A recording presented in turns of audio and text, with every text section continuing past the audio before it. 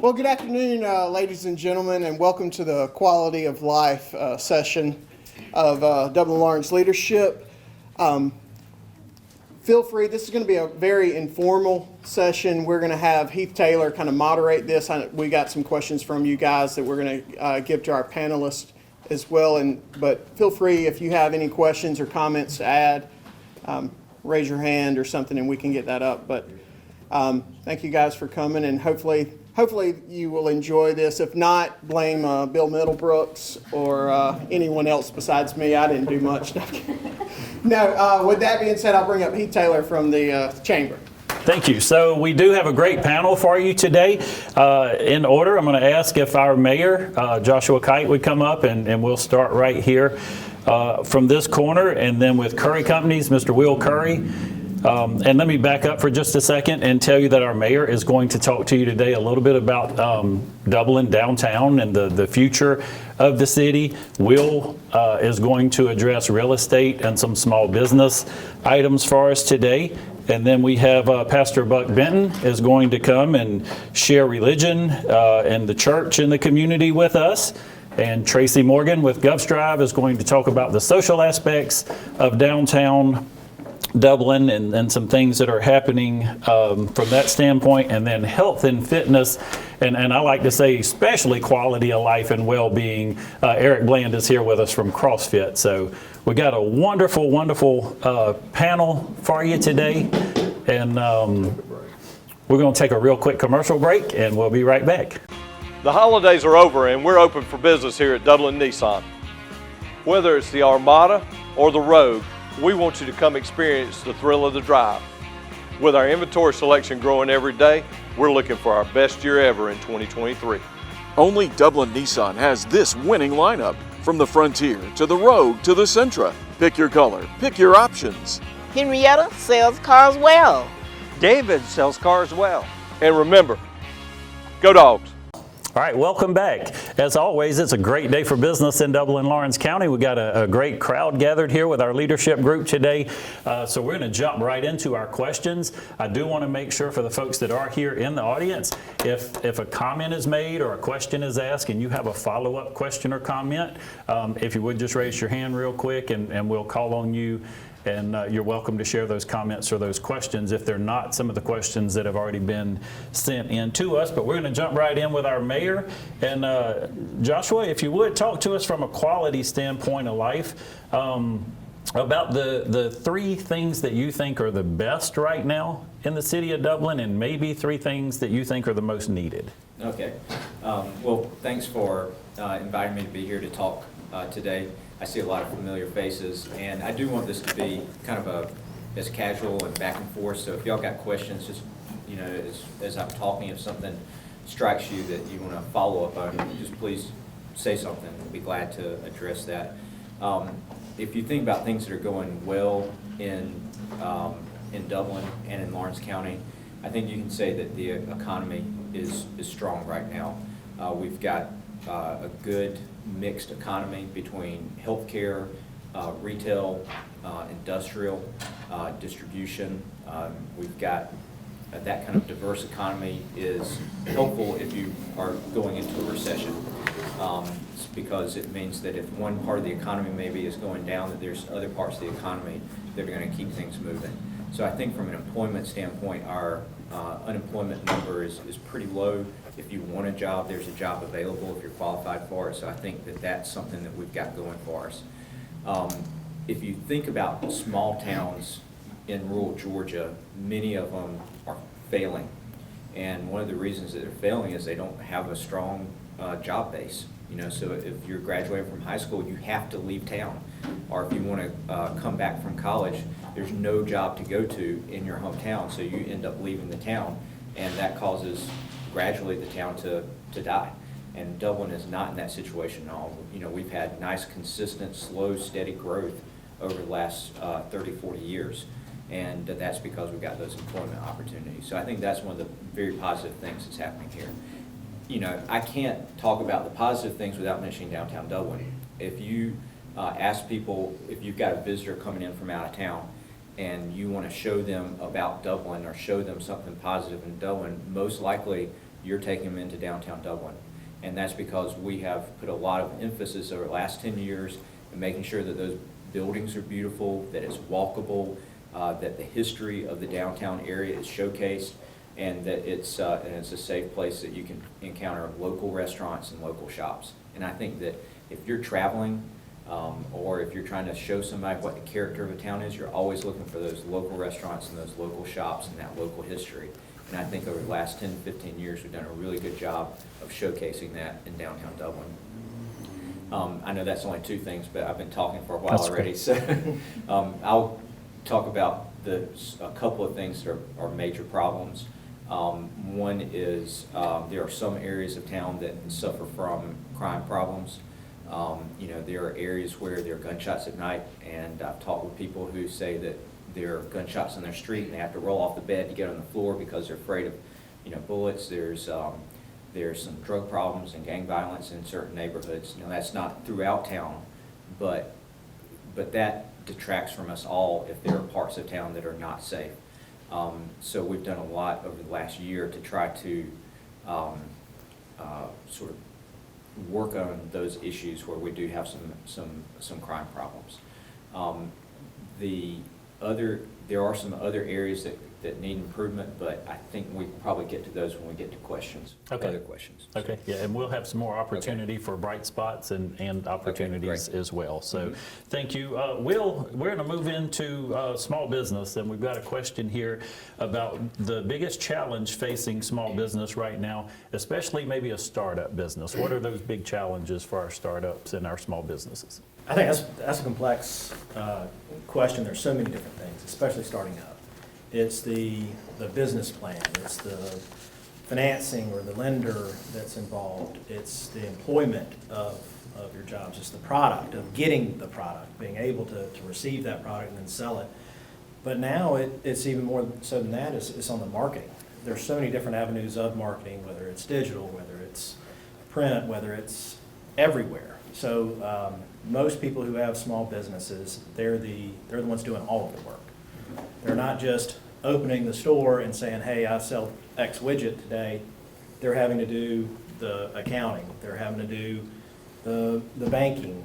They're having to do the marketing, the sales, all of the other aspects, coupled with rounding out some employees that are capable and that are able to work for that business. So that being said, there's never been a better time in terms of marketing to start a business. There's so many other avenues to get your message out, to where it used to be you had your brick and mortar, you had a couple of customers, and that grew a little bit. People are working from in their garage.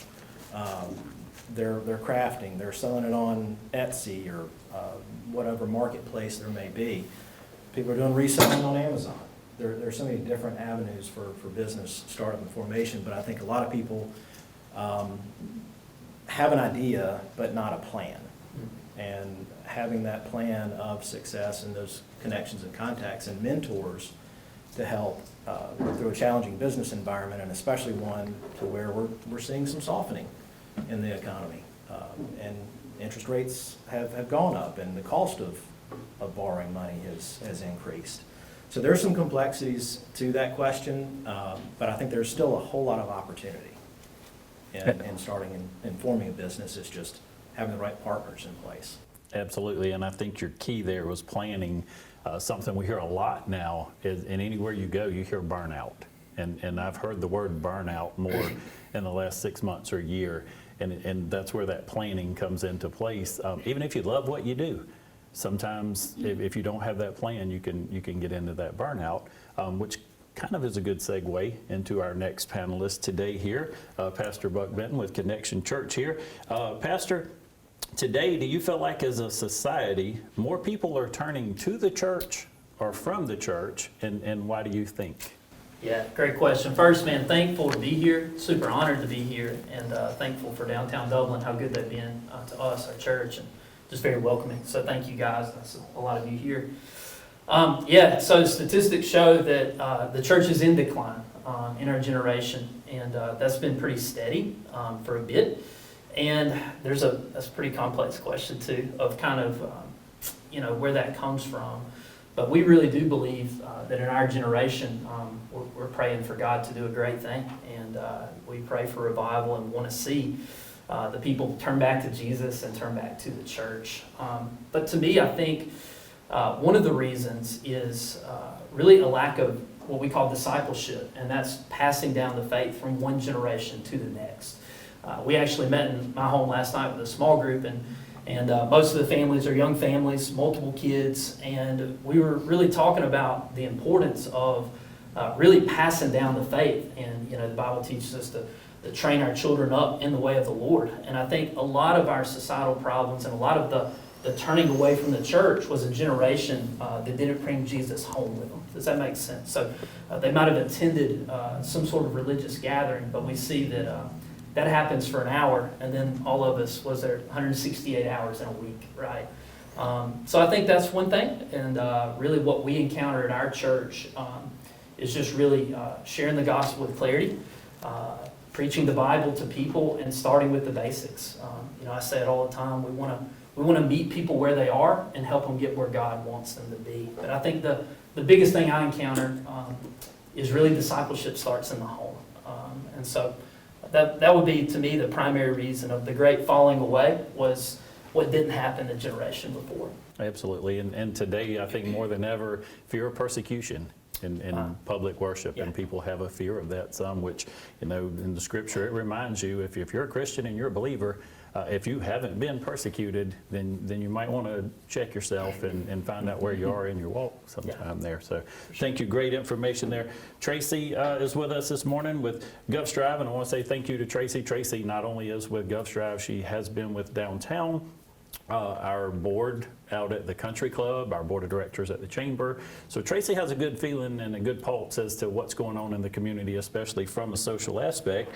But as to Downtown right now, Tracy, what is a particular business maybe that you've heard or that you feel is a real big need for the downtown business area?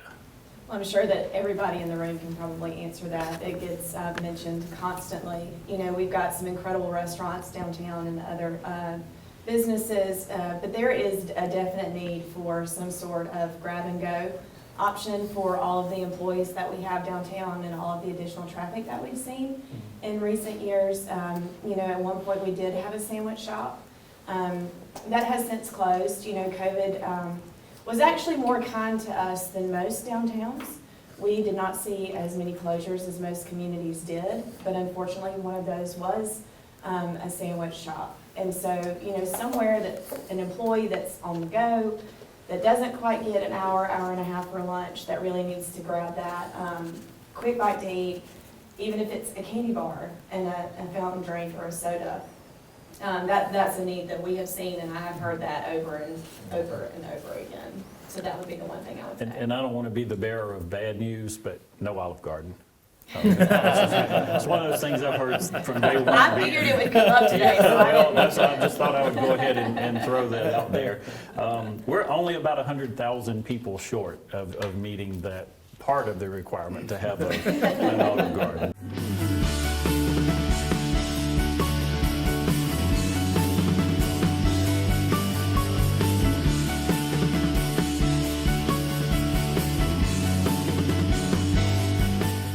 At Central Georgia Primary Care, we are dedicated to improving your health and quality of life throughout Lawrence County with state-of-the-art facilities. We are your one-stop shop for all things health care, and there's a location near you no matter where you live. Central Georgia Primary Care is located at 406 Central Drive in East Dublin and just off Hillcrest, at 101 Mercer Drive, and in Dublin at 230 Industrial Boulevard. North, south, east, or west, there's a Central Georgia Primary Care centrally located near you. My name is Phil Patel. I am one of the part owners here and the general manager here at the Hampton Inn & Suites. First time when I got introduced to Morris Bank, the people were so friendly and helpful. You feel like that you are appreciated there. At Morris Bank, everybody down at the bank is so friendly, and not just to myself, they're just friendly to everybody. They want us to succeed because our success is their success at the same time. that makes a lot of difference. And they're always there for us. Eric Bland is with us today with CrossFit, and Eric's a good friend to us in the community here, and plays a very important and vital role in our community with health and fitness. And Eric, thank you for being with us today. And if you would, I would like to ask you to explain as much as you could the role of health and fitness in the home and the workplace. That's kind of broad as well. Well, thank you guys so much for having me as well. I'm super excited to be here. And so I think I want to put it back on you guys. And I want to ask you, this is a quality of life session. And so my question for you and the audience at home, do you have a definition for quality of life?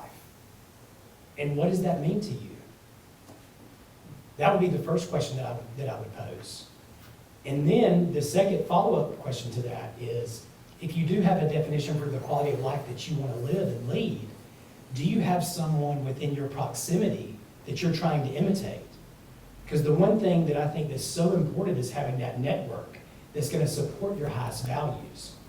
And so I'll tell you, for us at the gym, one of the greatest things and I was telling Buck this earlier, what's so important for us is community is first. Fitness is secondary to what we do.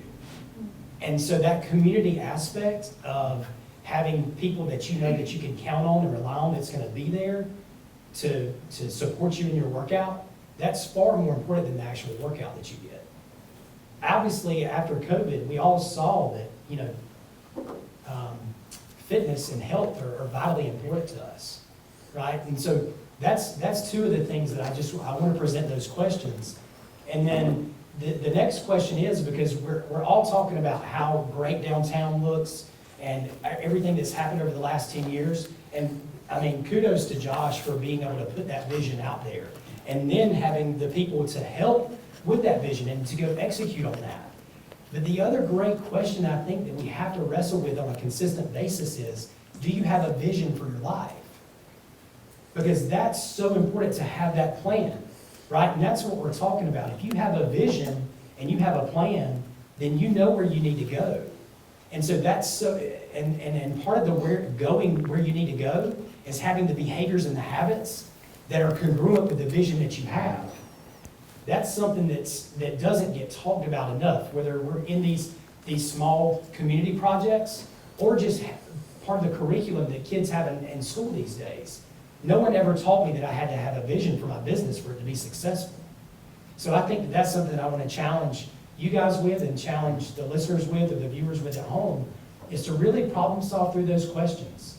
Find a community that's going to hold you accountable, and then go execute on that. And you're going to fail, and that's the fun part. And then you can't edit what you have not written, right? And so it's so important to go and make those mistakes, but you're going to have some people to support you along the way. So. Am I allowed to ask a question? Yes, absolutely. Okay. I think you hit it with, like, you have to have a vision, you have to have a plan, but if you don't execute, none of that matters, right? I'm not a CrossFitter. Yeah. I don't plan to be a CrossFitter. I'm going to get that on the table. Sure. But the community that CrossFit has developed is remarkable, and I think there's so many businesses and organizations that would love to see the same thing. How do y'all do that? So I'm not going to go experience it, so I just want you to tell me how. So let's repeat the question real quick for our viewers. It's just CrossFit. Eric, how does that work? How do you do CrossFit? How do you guys do what you do out there? How do you build? Yeah, how do you build the community and the family that you have at CrossFit? Yeah, and I think it starts with, the question that I'll pose to you guys is, how do you view relationships? Do you view relationships as transactional? Like, I'm going to do this, then I need you to do this, right? Is it a contract? Or do you view relationships as transformational, right? And there's a very big distinction there. Because when you go all in, regardless of what the other person does, it doesn't matter about the outcome. Because you're engaged no matter what. Like, if my clients, I have a couple clients in here tonight, or today, and if they call me tomorrow and tell me that they don't want to be a member anymore, I'm still going to follow up and check on them. I still want to do my best work, regardless if they want to be a member or not, regardless if you decide you want to be a member or not. My job is to do my best work. That's what we're called to do, right? That's part of being a disciple. And so I think that that's so important for people to really start to understand. If you want to be successful in business, you can't treat every relationship as transactional. And that's probably been one of the biggest differences for us. And not to mention, so I'm married and I love my wife. She is the best thing that's ever happened to me. And so we want to see other couples come into our gym and also have the same success that we've had in our marriage. And so that's something that's super important to us as well. And so, Yeah, and I think we'll come back to you and talk about family and the impact of health and wellness with that in just a few minutes. Sure. I want to come back to you, Mayor Kite, and I know this is a fun subject and one you probably get to talk with folks a lot about. There were 2 or 3 different questions that were sent in. I kind of consolidated it and just said, would you talk about parking in downtown? Parking. Well, so 15 years ago, there wasn't a parking problem downtown because nobody was downtown. So it's a good problem. If you're gonna have a problem downtown, that's a good problem to have. So there's a couple ways to approach this. One is that I think that if your downtown is interesting enough and has enough variety of places to go to see, and it's beautiful enough where there's where the walk is a beautiful walk and it's safe enough, then people don't mind walking. Just think if you go to Savannah, and we're a long ways from Savannah, but you're not going to park in front of the store that you want to go to. As a matter of fact, you're probably not even going to downtown Savannah if there's a particular store you want to go to. Instead, you're going for where the downtown is the destination, where maybe you say, we're going to go eat at a restaurant downtown, and you just go and park, and then you're in the downtown area. So in some ways, the more we improve downtown, the more beautiful, walkable, and interesting and historic we accentuate, the more people will be willing to walk. But in the meantime, I know we got an issue that's happening. So one of the things that is that the city is looking into is creating certain parking spaces that will have time limits on it. As a matter of fact, there's already like a 2-hour time limit on street parking spaces. It's just not enforced, or the police chief has the authority to enforce that, but then you got to have somebody that's actually going to go check the cars and make sure that they're not parked for too long. So one of the things that we're doing right now is a survey to determine what the actual usage is, and then if it justifies it, then we'll go and actually put signs on some of the spaces of the street parking to indicate that those are 2-hour spaces. And what that would do is that will get the people who are employees at the businesses to not park in those prime spaces right in front of the businesses and get them to some of the parking lots that are a little bit farther back. So that's the sort of direct answer to the question. Now, long term, we have talked about whether or not our town can support a parking deck, parking garage, and those are very expensive. That would probably take a SPLOST project, because you're talking $5 to $9 million to have a parking garage. You got to make sure that you've got the need for it. That's not something that you just go and do one day. You've got to make sure that you've got the employees in the businesses that are going to use those spaces. But luckily, we're getting closer to that point where the density is going to support that. I don't know that that's going to happen in the next 2 years, but probably in the next 5 years. Thank you. Will, Betty, it seems like you're getting the hard questions here a little bit more so, and I don't know if there is an answer for this, but housing and housing availability, and maybe to lighten this question for you a little bit, just talk about housing, where we are, and maybe some of the needs for housing. So let me think about how I want to address that. Going back before pandemic, if you look at the National Association of Realtors average for time in a home, it was about 7 years. About every 7 years, you're either upgrading your house, you were selling a house, you were moving an area, you were downgrading, just depending on your life needs. Right about the time of the pandemic, that was moving closer to about 10 years in your house, in your current house. Now what you're seeing is most everybody from about 2013, 14 to 2021 refinanced their home. So they were able to get rates 2.5% to 4s. Now that interest rate has been moving up, which it should. It's a healthy interest rate based on historical averages, closer to 7%. But that's a whole lot to adjust in 12 months. people's affordabilities were moving, coupled with actual housing stock. So your home probably appreciated in value by 20 to 25% by doing nothing, just on the market. So people who have been in their homes, have refinanced their homes, it's going to be tough to replace that home with something equal or better in the coming period. The cost to build has increased by about 40% on our numbers, and higher, depending if you go higher finishes. Everything's kind of more expensive. So I do see there being some pressures around housing. That's there, it's here in our local economy, it's statewide, and it's national. What we're also seeing is Georgia is a demand state, in-demand state. So people are moving from west of country to from up north. Jobs are here, growth is here, quality of life is here, and that puts a strain on housing. The bright spot in that is rental. There's been you look at building permits for the state, there are a ton of projects that are being built right now that are just focused on rental. A lot of folks prefer to rent over purchasing a home because that's what they can budget. They know what their amount to spend on housing is going to be. They don't have to plan for a roof replacement or the HVAC to go out when it's 110 degrees. They can pick up the phone and call. But there's speed of delivery. Housing problems don't get solved very quickly because of the infrastructure, the financing, the materials over the last 2 years, even getting materials and lumber and clips for rafters. We could get rafters, but we couldn't get clips. So that would stall projects. And then interest rate risk of that increasing throws some numbers off. So all of those being said, there are a lot of people doing a lot around housing to try to work on that, but it's not a quick fix. And there will always be need of people to move based on job, on family, on other things. So I know this community is really focused on workforce housing. That's an even bigger issue in terms of affordability. So that's a focus that everybody's aware of. It's just how to tackle that big problem.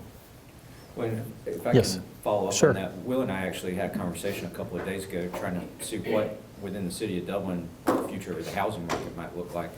And the idea of single-family neighborhoods, it's just not viable right now. It's too expensive to build out the infrastructure, the water, the sewer, the gas, the lines. Even if the city's already got it to the start of the project, it has to be extended within the project, and that gets really expensive. So I think that the reality is that within the city, we'd be looking at more multifamily or high-density housing that would be aimed at, to do workforce housing is pretty much going to have to be either very high density residential, where you basically have almost like zero lot lines and you could potentially sell those off, but more likely would be a rental type, high density rental.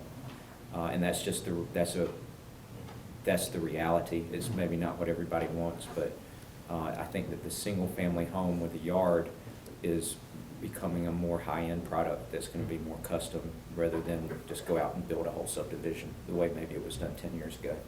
Yeah. It's interesting. We're going to do one more question and then we'll take another break, but I want to go to you again, Pastor Benton, and ask, the question sent in was, what does the church get asked for help with mostly in the community? So what are people reaching out to get assistance with more than anything? How much time you guys got? No, man, as far as what we get asked to help with the church, a lot of counseling needs, care needs would be one. I would say here in Dublin, a lot of, not per se homelessness, but we get a lot of folks here downtown that just need immediate needs met, whether it be a place to stay, electric bill, those sorts of things. But yeah, I would say definitely counseling. That's something that we've talked about a lot of, I provide pastoral counseling, but it seems like the need is greater than a select group of people. And I think we would all agree that this is something that could really be addressed in our community. But that counseling goes from a wide span of things. After 2020, stress, anxiety, depression, all those things skyrocketed. A lot of the uncertainty about the future. And I really think it's a chance for the church to step up and for us to help some people in need. So, yeah, I think that would be the thing that's been coming the most, I guess, in the last 2-3 years, yeah. Okay, fantastic. We're going to take a really quick commercial break, and we'll be right back. Badcock Home Furniture and More is your home store, where you'll find great savings on new living room sets, sofas, love seats, recliners, and more. Badcock Home Furniture and More has great savings every day on bedding and bedroom sets. Shop Badcock Home Furniture and More for a great selection of dining room sets. And save every day on electronics and appliances at Badcock Home Furniture and More, 1927 Highway 441 South in Dublin. Call 275-3144 for more information, or stop by and see Wendy and Tim Sumner or any of their friendly staff today at Badcock and More Home Furniture Store, where no credit is ever refused. Count on the #1 realty company in Dublin and Lawrence County when you're looking to buy or sell a home or land. All our agents, including Brian Howell, Charlene Lamp, Adam White, David Deeves, Jennifer Brantley, Jay Brantley, Jim Jarrett, Raina Dubberly, Yvonne Robertson, and broker George Durden are ready to serve you today. For all commercial, residential, and rental property, call 478-272-1535. Stop by 1700 Veterans Boulevard or log on to c21dublin.com. And you'll be dealing with the #1 realty company in Dublin and Lawrence County, C21.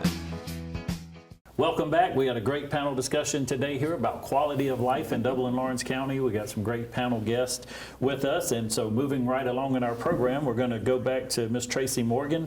Tracy, post-pandemic foot traffic and social patterns in downtown. Would you discuss that? So it was really interesting, and I don't know if you guys can think back to the days of COVID. It was very eerie to come to work because, Joshua and I worked alongside one another when I was in that role, and, you came downtown and it was eerie. It was empty, ghostly almost. And so, it's been great to see that increase and actually not get back to, I hate the word normal now, but it's different, it's better. I would say that downtown is thriving once again. That's been tremendous. I will go back just to talk about parking for just a second. And parking is also a mindset. Yes, we have a need, but the parking problem is also a mindset, right? So does anybody have a guess on what the average American is willing to walk to a retail space? Because it's different for retail and employment. 10 steps. Just take a guess. Just take a guess. What the average? This is an average. Now keep in mind, this is not Dublin. This is Americans. Just take a guess. 50 feet. It's going to blow your mind. I'd say probably a quarter mile for retail. 300 to 600 feet for a retail space. 1,200 to 1,500 feet for employment. So when you're thinking about our parking problem downtown, is it really a parking problem or is it a people problem? So, that's what we talked about on a regular basis when we were discussing this in that former role. So when you talk about foot traffic downtown, the parking and finding a place to park, Joshua hit it on the head. We've got a beautiful downtown. Yes, there are some areas that have not been addressed yet. But, we joked all the time, there's a plan for that. There is a plan for all of that. So I think, keeping in mind where we were, the ghost town, and be excited that we have a parking problem again. Be excited that we get to walk and get to do all the things. Because there was a time when I came to work very depressed every day because that was not happening at all. So I would say that, events are out there. This town is notorious about last minute decisions on attending things. So I will tell you that if you say we don't have things to go to, it's because you're either not looking for them hard enough or you've made other plans and you didn't tell them you're coming. So that is something that I learned in that capacity too. You know, there's plenty to get out there and do and create that foot traffic. You just got to be willing to commit and go to it and find things that are out there. It's an interesting way to think about things, because I think you're right. When people, I know when they you go to Hilton Head or somewhere and you park in a parking lot and you walk and walk and walk and walk until you come back to your car. So it's kind of what we become accustomed to, and maybe that's more almost a people issue versus a parking issue. All right, Eric, I'm going to switch up just a little bit from what was written on the paper here. Our pastor mentioned something a minute ago. Well, I know you can address this, and I want you to talk about health, fitness, well-being from a mental health standpoint. Because I think all of the health and the fitness and wellness, all of that certainly has a huge impact in your mental well-being. From a family standpoint, from your work and anything else. So talk about that, if you would. Sure, yeah, I mean, I guess it goes back to the idea of it being a mindset. I totally agree with that. But I think the other thing too to think about is your beliefs drive your behaviors. Right, so whatever your behaviors are is because you believe something about that behavior. So in this I guess the idea is if you want to grow, you need to have a growth mindset, right? And if you want to be optimistic, well, you got to have that type of mindset. And so I think it's so important to make sure, to go back to the word congruent, to make sure that your beliefs and your behaviors are aligned with that vision.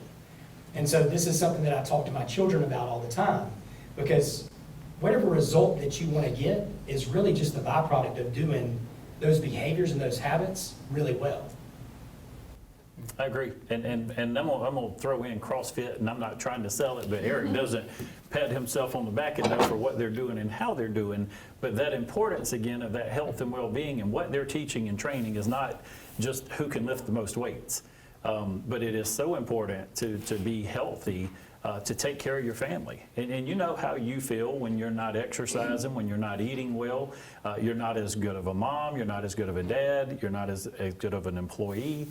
So that health and wellness and that training goes into all those aspects of your life. So I was telling Buck this earlier too. We were talking about, obviously everybody whenever they hear the word CrossFit, they think of fitness. Right, and so the idea is whatever area of your life that you're crushing it, there's a reason that you're doing that, whether it's physically, mentally, emotionally, spiritually. But the idea is for whatever area you're crushing it in, take a look at the behaviors and the habits that you have there and let that pour over into the other areas of your life. Because that's what it's really about. Like if you look and you break it down, like quality of life, and you look at it from the physical standpoint, the mental and emotional and spiritual, you'll see that there's some things, or a lot of things, that you're doing really well. And then it's about taking that and pouring it over into the other areas of your life. And so I think mental is important, but they're all important. And so maybe in certain seasons of life, you're focused on one area with the hopes to take whatever you learn from that one to pour it over to the other areas. So maybe just a way to kind of problem solve through that. I like what you said earlier and defining quality of life for you, because I would guess if we went around the room, everybody has something that's important to them. So great point there. That's exactly right.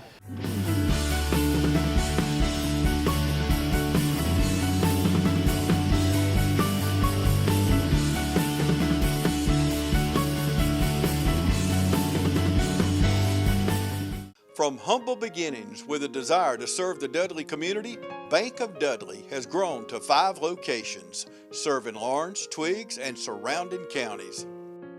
Serving our community since 1905, the Bank of Dudley is looking forward to its 2nd century of community banking. Drop in today to any of our 5 locations: Jeffersonville, Dudley, East Dublin, Veterans Boulevard, and downtown Dublin. Bank of Dudley, member FDIC, and an equal housing lender. Hi, I'm Brandy, and I would like to invite you to experience our newly renovated mammography suite at the Fairview Park Hospital Breast Center. Our breast center has its own dedicated entrance with a relaxing boutique-like waiting area. You can make your appointment online anytime at fairviewparkhospital.com or by calling 478-274-3919. Most appointments take 30 minutes or less, and we will have your results back to your doctor within 24 hours. Okay, we're going to go back through the panel now, and we're going to answer the question, as far as Dublin and Lawrence County, we really need a, whatever we need, or we really need to, what is it that we need to maybe do? And I'm going to start with you, Mayor. I think that we need to improve the way the town looks.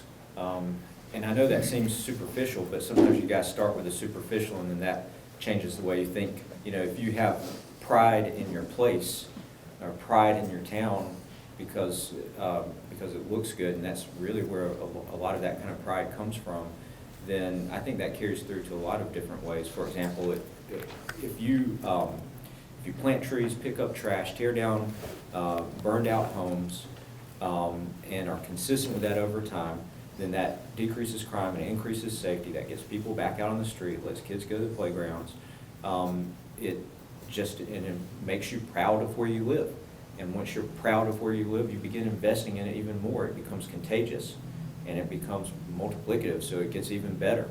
And if we can do that as a town, make this real effort to make Dublin a beautiful town, I think that's going to have all sorts of really positive follow-on effects. And I think that is, you know, it's really consistent with what everybody's saying, that works. It's the same thing with yourself. You know, do you feel physically fit? Do you feel spiritually intact and strong and confident? And do you feel that way with your family and your close relationships? And do you feel that way with your town? And if something is disordered on the outside, it means something's disordered on the inside. If you can get that outside ordered together, they really work together to create a more powerful community. Great answer. Will, we need to, or we need a, what do you think? So in taking the lens of quality of life and the direction this whole conversation is going, we need more buy-in. We need more community mindedness. We're a small community. When you go in the grocery store, you see people you know, and you make that friend, that connection. But in looking at quality of life, there's a connotation of the take. What am I getting? Rather than what am I giving? Where am I serving? Where am I putting my time? Where am I putting my efforts? What am I contributing to? What am I making better? And I think that's a driving force in Dublin's success, is it has had community buy-in. And I think we're at a patch in the road that we've got to figure out which direction we're going to go as a community. Are we going to have the people that are necessary to buy in to growing Dublin to the next step? Whether that's with industry, whether it's with housing, whether it's with downtown and beautification, whether it's with our churches. What are we giving rather than to quality of life rather than taking from it? So that would be my thought there. That's almost one of those, and I'm sure Pastor Hill will agree with, you're stepping on folks' toes, but a lot of times people, they want to come to you and talk about the issues and talk about the problems and the concerns, and you'll find it interesting sometimes if you say, and how do you plan to help us fix that? You can get awkward silence real quick. So, Pastor Benton, what do you think? Yeah, man, for me, Dublin, we need the gospel to be lived and preached. I believe that our church is to live and do what the church was designed to do. I love so much of, you talked about problems and you mentioned people problems. At the end of the day, life is about relationships. At the end of the day, people is what makes everything go. That's who's going to make it all happen, right? And, Eric mentioned something. He talked about vision for life. Proverbs 29:18, one of my favorite passages. It says, without vision, the people perish. Other versions say, without revelation, people cast off restraint. So if we don't have clarity of our purpose in life, if we don't have clarity of where we're going, we just chase things, right? We run wild, and we run outside of God's good design. And, I think a lot of times the church gets a rap that we preach to the minds of people, but we want to preach to the hearts of men. And when Jesus transforms hearts, He renews minds, right? And then what you see is people that, regardless of where we fall with Christ, that people that actually live it out, you're going to see a better community. You're going to see better neighborhoods, you're going to see better homes, and you're going to see a generation that's going to give a lot of value to this world. And even as I talk about it, I just think about how that happened in my life, that it was very aimless, and Jesus gave me purpose, passion, and direction, and that I know why I wake up. And I think we live in a society where a lot of people wake up and they don't know where they're going, and they don't know who they are. And Jesus does that. He defines. He's the one that created us. And you know, we asked one time, we planted a church in Vidalia, and we went and talked to the police chief, the mayor, and we asked, like, hey, we're planting a church. We want to be a place that we actually help our community. And the police chief told us, I'll never forget this, he said, you look at every societal problem, and it goes back to a breakdown of the family.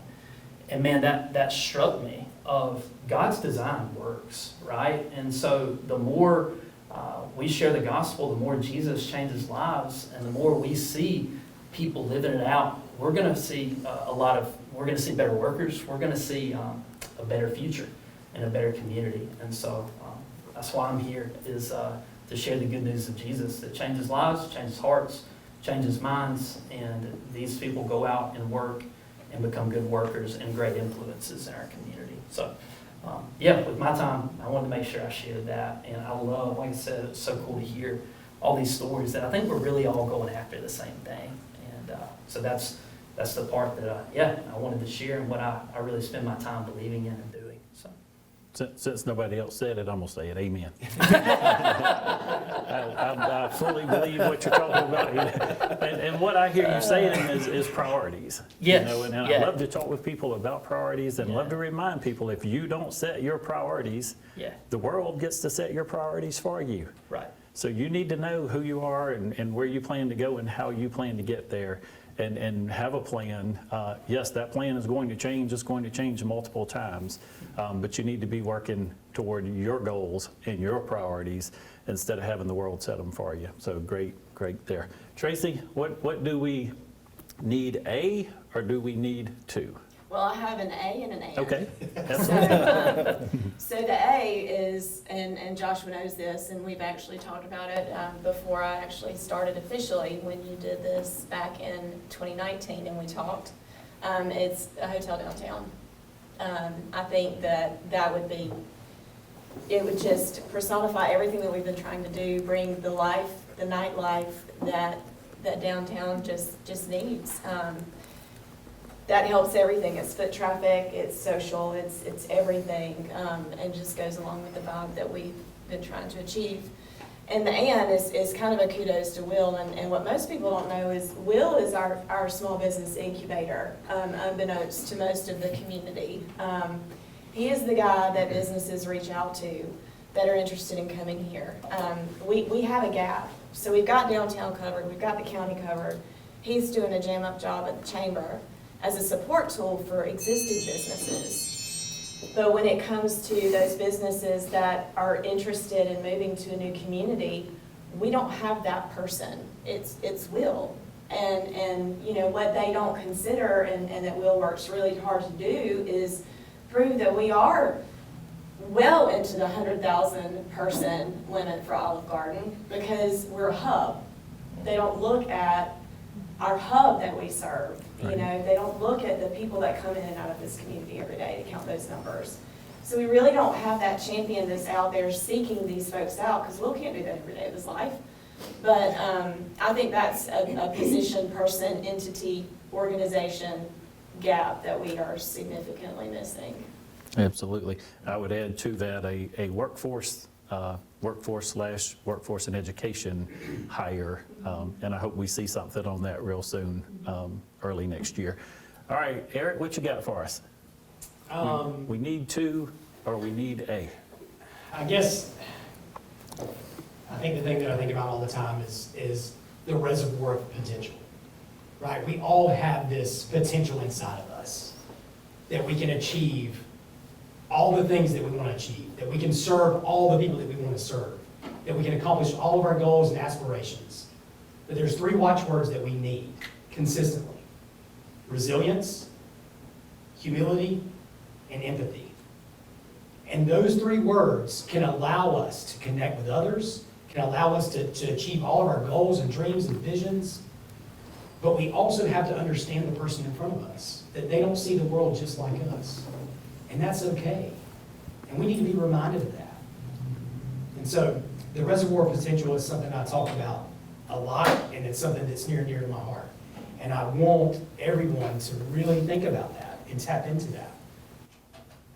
I want to throw one more thing out there before we close. We got just a few minutes left, and something that I hear right here in this room actually once a year, and most of you hear often, and especially if you have younger children or teenage children, is that old, there's nothing to do in Dublin and Lawrence County. And I think these folks sitting here can help us with that. If we could just go through and think for this year, what all was there to do and is there to do on a daily basis? And let's just see how many things we can name that you could do on any given weekend or any special events that come through during the year. So you can just kind of bounce it off of each other, and let's talk about some fun things that there are to do here in Dublin and Lawrence County. Sure. Absolutely. And name as many as you can. Yes. Well, I mean, you have to have your head in the sand. Sure. I mean, you've got the St. Patrick's Festival, A month the long. Crawfish Festival, all the different downtown fans. Kudos to all of our restaurants that keep the nightlife going downtown, and that's every weekend. It starts on Thursdays. And that's just a few that come to mind. Chamber events, golf fundraisers, you name it, from the social clubs and civic organizations on all the different events they have. Church events. I mean, y'all provide a lot of the content. The theater downtown, the Nutcracker. My wife was there with our 3-year-old this weekend, and they had a ball. The market all summer. I'm an old country boy from Toombs. We love the market. The market's great. So. First Fridays and Recreation. Yes. Yeah, I mean, playing on sports teams through the schools, through the rec department. There's 3 golf courses, pickleball courts. There's a lot of recreational opportunities. Yeah, swimming pool. Fishing. Hunting, fishing. Hunting, fishing's a big one. the river. I mean, soccer has absolutely exploded in Dublin, Georgia. And so it's a great sport. It gets you moving. I mean, it hasn't always been big in Dublin. Obviously, whenever some of us grew up, you were kind of a nerd if you played soccer. But now it's that was Dublin, sorry, I'm being smart. No, but it's gotten really popular, and so if you can teach children good habits and behaviors and get them to start moving their body now, I mean, that's such a huge part of that. There's an adult soccer league now, so Southern Pines is a great, they're turfing all those fields out there now. I mean, that place is just amazing to go spend some time out there with your kids. Go throw the ball, go kick the ball, go move your body. Movement is such a huge component. And so, obviously, I'm an advocate for my business, but I'm way more of an advocate for people just moving their body. Go for a walk, do something, right? You talk about walking, how many steps it is from walking to a retail space. That's embarrassing.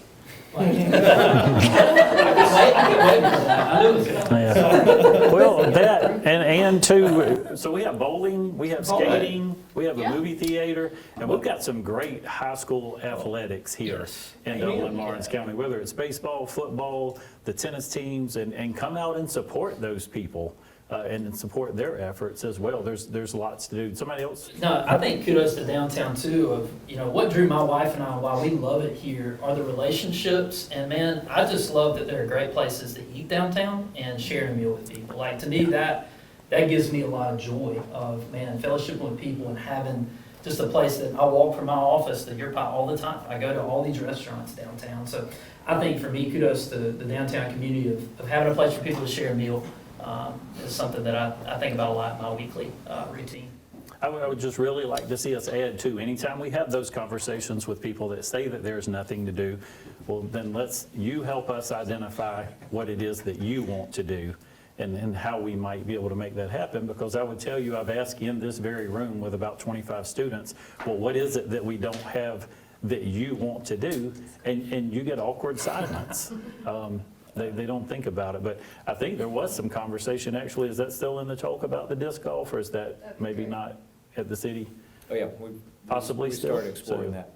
Yeah, so lots of great opportunities. I think it's safe to say, and to say on behalf of this panel, I think we all believe that Dublin, Lawrence County is a great place to live, to learn, to work, and to play. So thank you for your time today, and thank you for joining us on TV 35 as well.